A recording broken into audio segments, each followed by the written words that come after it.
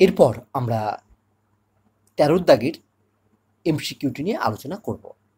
প্রশ্নটি হলো, এক পরীক্ষায় পরীক্ষার্থীদের 25% রাশিবিজ্ঞানে, 30% গণিতে এবং 45% রাশিবিজ্ঞান বা গণিতের মধ্যে যে কোনো একটি বিষয়ে অকৃতকার্য হয়। একজন পরীক্ষার্থীকে উদ্দেশ্যহীনভাবে বেছে নেওয়া হয়। যদি ওই পরীক্ষার্থী গণিতে অকৃতকার্য হয়ে থাকে, তবে রাশিবিজ্ঞানে কৃতকার্য হওয়ার সম্ভাবনা হবে নিচে যে 4টি বিকল্প আছে তার মধ্যে কোনটি? এই প্রশ্নের উত্তর করার পূর্বে তোমরা প্রশ্নটি কিন্তু ভালোভাবে পড়বে।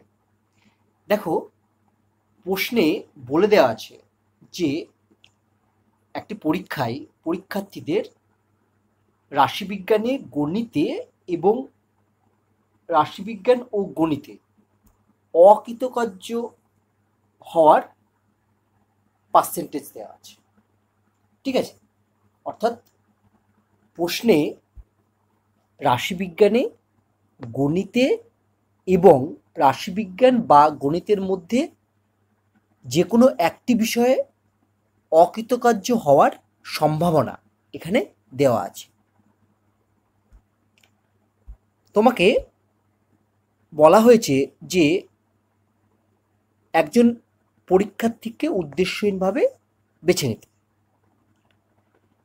বেছে নেওয়ার পর দেখা যায় যে ওই পরীক্ষার্থী গণিতে অকৃতকার্য হয়ে যায়, তবে আমাদের নির্ণয় করতে হবে রাশিবিজ্ঞানে কৃতকার্য হওয়ার সম্ভাবনা কত।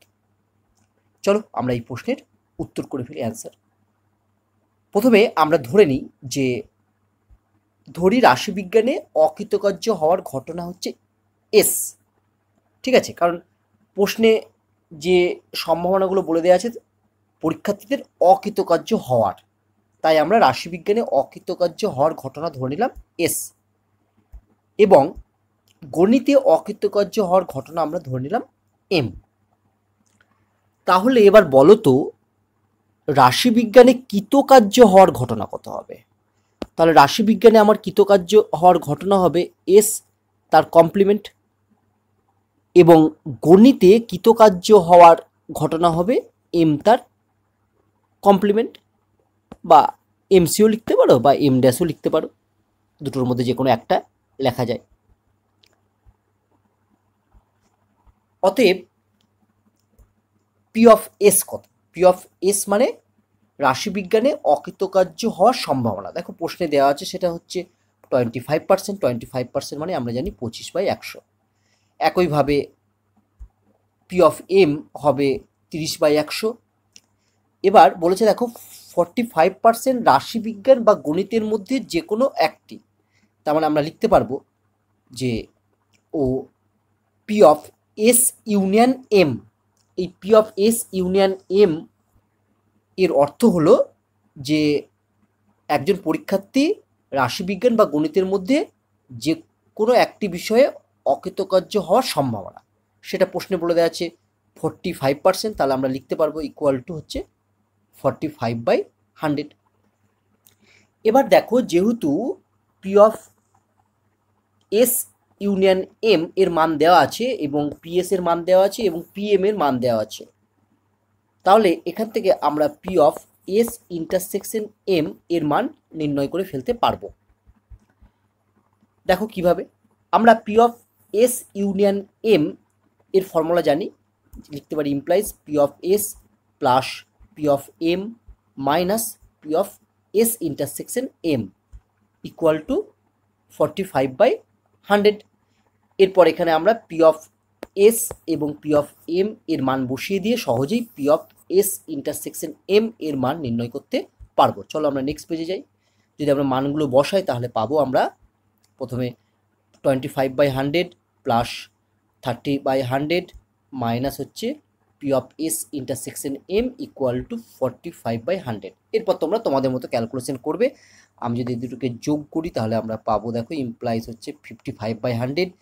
আর ডান দিক থেকে 45/100 থেকে বাঁ দিকে নিয়ে আসলে আমরা হবে মাইনাস 45/100 আর minus P of S intersection এমকে ডান দিকে নিয়ে গেলে লিখতে পারবো আমরা equal to P of S intersection M. এখান থেকে আমরা ক্যালকুলেট করতে পারবো P of S intersection M equal to আমরা পাবো হচ্ছে 10/100। এবার দেখি আমাদের কি নির্ণয় করতে হবে। চলো আমরা আবার প্রশ্নে ফিরে যাই। দেখো কি বলছে না, বলছে যে যদি ওই পরীক্ষার্থী গণিতে অকৃতকার্য হয়ে থাকে, তাহলে আমাদের জানা হয়ে গেল যে পরীক্ষার্থীটা কি হয়েছে, গণিতে অকৃতকার্য হয়েছে, তবে তার রাশিবিজ্ঞানে কৃতকার্য হওয়ার সম্ভাবনা কত। তাহলে দেখো আমরা নির্ণয় করব কি না, আমরা নির্ণয় করব পি অফ, আমি প্রথমে একটা দাগ কেটে দিলাম, ঠিক আছে। এবার লব আর হরে বসাবো। হরে বসে কে না, যেটি জানা আগে থেকেই থাকে সেটি হচ্ছে আমার হরে বসে। তাহলে দেখো কোনটা জানা আছে, যে জানা আছে যে পরীক্ষার্থী গণিতে অকৃতকার্য হয়ে থাকে, অর্থাৎ সে গণিতে অকৃতকার্য হয়ে গেছে। তাহলে গণিতে অকৃতকার্য হওয়ার ঘটনা আমরা কি ধরেছিলাম, এম। তাহলে আমরা এম হচ্ছে নিচে লিখব, ঠিক আছে। এরপর আমাকে নির্ণয় করতে বলেছে কি, রাশিবিজ্ঞানে কৃতকার্য হওয়ার সম্ভাবনা, এটাই নির্ণয় করতে বলেছে। দেখো কৃতকার্য, অকৃতকার্য কিন্তু বলেনি, কৃতকার্য বলেছে। আমরা দেখো ধরেছিলাম রাশিবিজ্ঞানে অকৃতকার্য হওয়ার ঘটনা হচ্ছে এস, তাহলে কৃতকার্য হওয়ার ঘটনা কত হবে, কৃতকার্য হওয়ার ঘটনা হবে এস ড্যাশ। তাহলে এক্ষেত্রে লবে বসবে কি না, এস ড্যাশ। তাহলে আমরা নির্ণয় করব P of S dash by M. তাহলে আমরা লিখছি অতএব P of S dash by M equal to, formula অনুসারে আমরা লিখব P of S dash intersection M by P of M. এবার দেখো এটা আমরা আগে শিখেছি যে P of S dash intersection M এটাকে কিভাবে আমরা লিখব। দেখো সবার প্রথমে তুমি দেখো এর মধ্যে কার মাথায় কমপ্লিমেন্ট নেই, এখানে এস আছে আর এখানে এম আছে, আমি দেখতে পাচ্ছি এম এর মাথায় কমপ্লিমেন্ট নেই। তাহলে আমরা প্রথমে পি অফ এম লিখে দেবো মাইনাস পি অফ, যার মাথায় কমপ্লিমেন্ট আছে সেটা বাদ দিয়ে এবার লেখো P of S intersection M, ঠিক আছে। তুমি যদি কনসেপচুয়াল আমার ভিডিওগুলো দেখো দেখবে সেখানে বোঝানো আছে এটা কিভাবে হয়। তাহলে আমরা নেক্সট লাইনে লিখবো দেখো equal to P of M minus P of S intersection M by P of M. এবার আমরা সব মানগুলো বসিয়ে দেবো, এদের সবার মান আমাদের জানা আছে। Equal to P of M এর মান হচ্ছে 30/100 minus P of S intersection M এর মান হচ্ছে 10/100 বাই পি এম এর মান হচ্ছে 30/100। এরপর তোমরা তোমাদের মতো ক্যালকুলেশন করবে, যেহেতু সব সংখ্যার নিচে 100 আছে তাই আমরা প্রথমে সব 100গুলো বাদ দিয়ে দিলে আমরা পাবো হচ্ছে 30 মাইনাস 10/30।